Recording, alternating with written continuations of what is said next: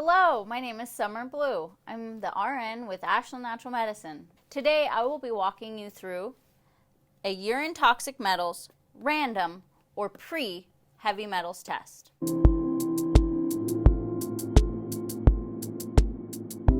Okay, I will walk you through what is included in your urine toxic metals random or pre-urine collection test kit. This is your urine collection container to collect your urine, and you will use this to then transfer into your specimen collection tube. This is your specimen collection tube that you will then transfer your urine into. Boop. Patient name, date collected, date of birth are very important to fill out. It is marked pre because it is your first morning urine. After you've collected your urine in the collection and transfer into your test tube, make sure that it is closed tight so that it does not leak during transport. In the specimen bag, you'll find an absorbent pad. This is the test requisition form. Your information will be in the highlighted area.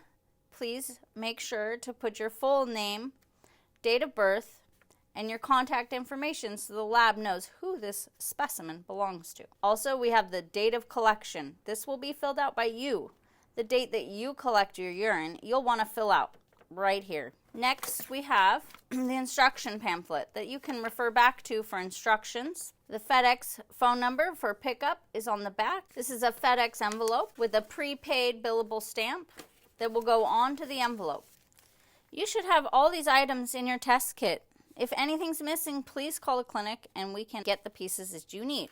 Very often, this test has two parts, a pre and a post. You may view the post-heavy metals tutorial at the end of this video, or see the link in the description below for the post-heavy metals test. This is the pre-heavy metals test, which we'll be using as a baseline before you do the post-heavy metals.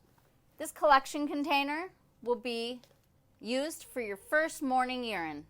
Once you have your urine collected in this cup, you can pour off into your specimen tube. I recommend labeling it before you pour the urine in with your name, date collected, and date of birth. Once you've got your urine to the fill line where the triangles are,